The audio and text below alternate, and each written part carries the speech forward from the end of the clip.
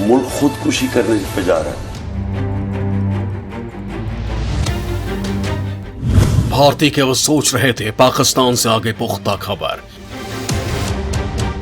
मैं आपको आज कहता हूं पाकिस्तान के 3 हिस्से होंगे। सत्ता से हटते ही इमरान का मोदी पर सबसे बड़ा कबूलनामा।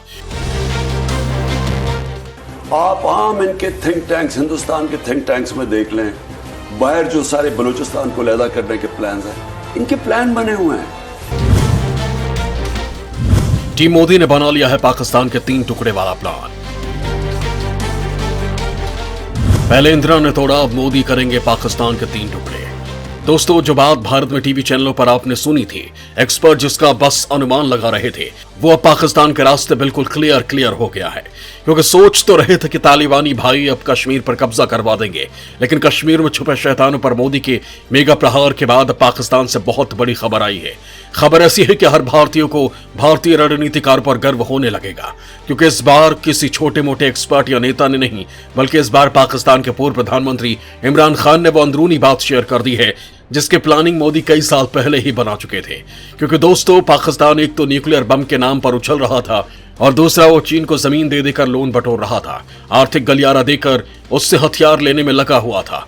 लेकिन मोदी ने एक ही बार से पाकिस्तान को धड़ाम कर दिया। दोस्तों, मैं आपको मोदी की तगड़ी प्लानिंग बताने वाला हूं, लेकिन उससे पहले जरा आप इमरान खान का कबूलनामा सुनेंगे तो बाग बाग हो जाएंगे। अगर हम डिफॉल्ट कर जाते इसका मतलब पाकिस्तान बैंकरप्सी की हो जाता। सबसे बड़ा इदारा कौन सा है जो हिट होगा? पाकिस्तानी फौज।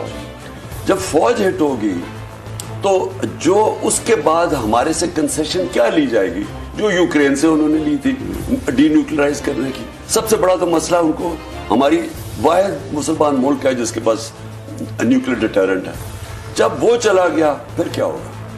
मैं आपको आज कहता हूं पाकिस्तान के 3 हिस्से होंगे, जो कि आप आम इनके थिंक टैंक्स, हिंदुस्तान के थिंक टैंक्स में देख लें, बाहर जो सारे बलूचिस्तान को अलहदा करने के प्लान हैं, इनके प्लान बने हुए हैं।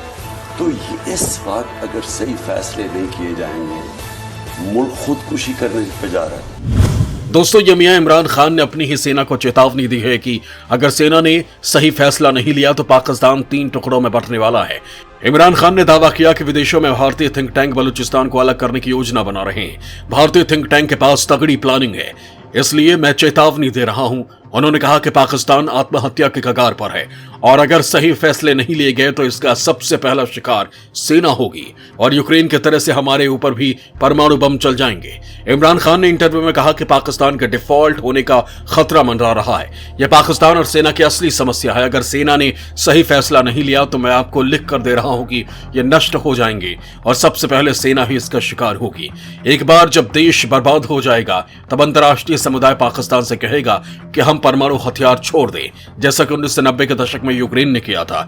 पूर्व पाकिस्तानी प्रधानमंत्री ने कहा कि यही वजह है कि जिसके कारण मैं दबाव डाल रहा हूं। शहबाज शरीफ की सरकार अमेरिका को हर तरीके से खुश करने का प्रयास करेगी, क्योंकि नवाज शरीफ और आसिफ अली जरदारी हमेशा से ही अमेरिका, भारत और इजराइल का गठजोड़ बनाने के लिए खुशी से काम करेंगे। इमरान खान ने कहा कि उनकी सरकार की योजना पाकिस्तान को मजबूत करने की नहीं है।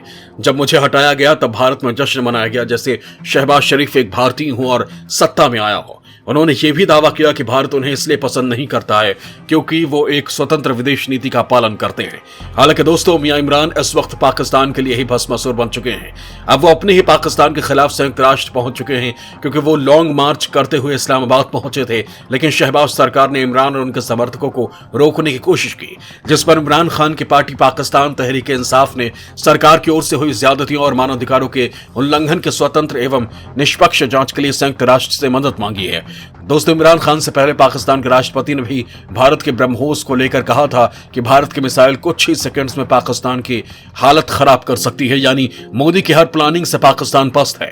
जिस अफगानिस्तान में तालिबान को सत्ता पर बिठाकर पाकिस्तान बहुत खुश हुआ था, उसके दूत कश्मीर में तो एंट्री नहीं कर पाए, लेकिन वो आजकल पाकिस्तान के खिलाफ ही तांडव मचा रहा है। तो अब मैं आपको बताता हूं पाकिस्तान के टुकड़े टुकड़े करने वाली रणनीति के बारे में।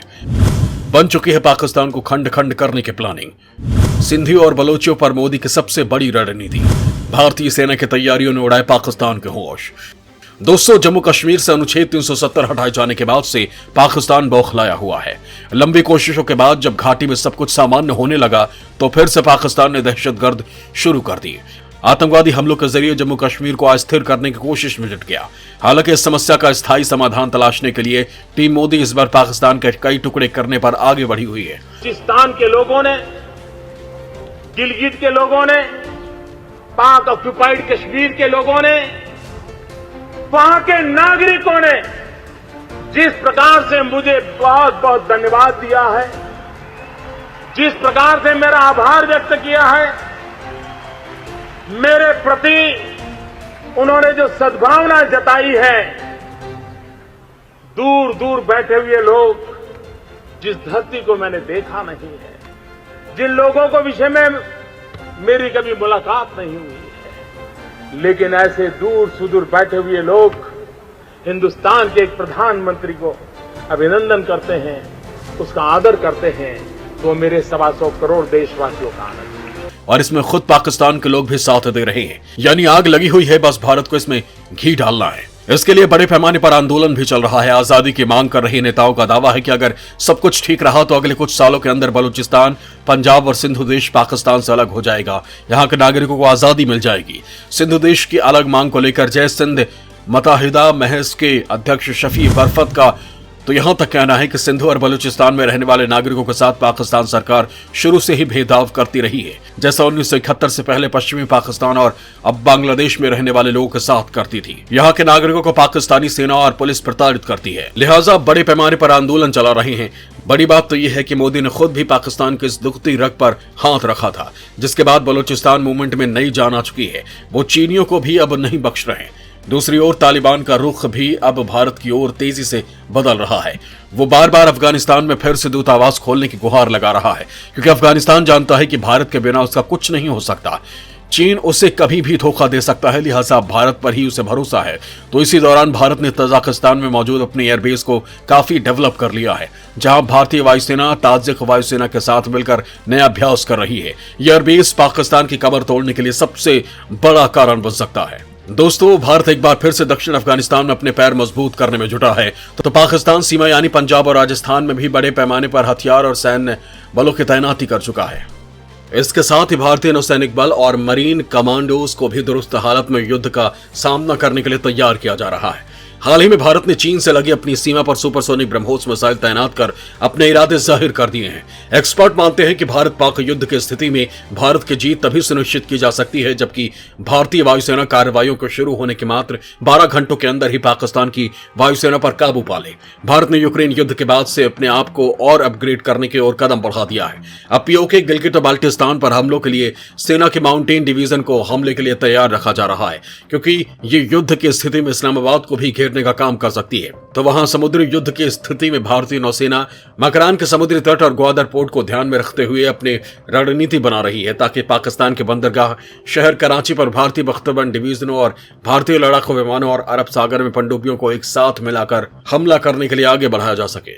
दोस्तों, इस हमले के जरिए पाकिस्तान में पंजाब और सिंध के संपर्क काटा जा सकता है। पाकिस्तान में यह लिंक N5 और N55 राजमार्गों के तौर पर जुड़ा है। यानी दोस्तों, युद्ध के लिए भारत की प्लानिंग बिल्कुल मुकम्मल है, क्योंकि मोदी राज में एक के बाद एक मिसाइल टेस्ट हो रहे हैं, तो वहीं डिप्लोमेटिक लेवल पर भी काम आगे बढ़ चुका है। एक्सपर्ट मान रहे हैं कि भारत सरकार सिंधु देश और बलूचिस्तान का मुद्दा तेजी से अंतर्राष्ट्रीय स्तर पर उठाएगा, जिसमें रूस और अमेरिका दोनों ही देश भारत के सपोर्ट में उतर सकते हैं, क्योंकि दोनों ही देश यूक्रेन युद्ध के बीच भारत के बेहद करीब आ चुके हैं। तो यूरोपीय देश भी भारत की बात काटने की हिम्मत अब दिखाने की कुव्वत नहीं रखता। लिहाजा अगर पाकिस्तान में बलूची और सिंधी लोगों से निष्पक्ष वोट की मांग मान ली जाती है, तो फिर आने वाले कुछ समय में पाकिस्तान का नक्शा एक बार फिर बदल सकता है।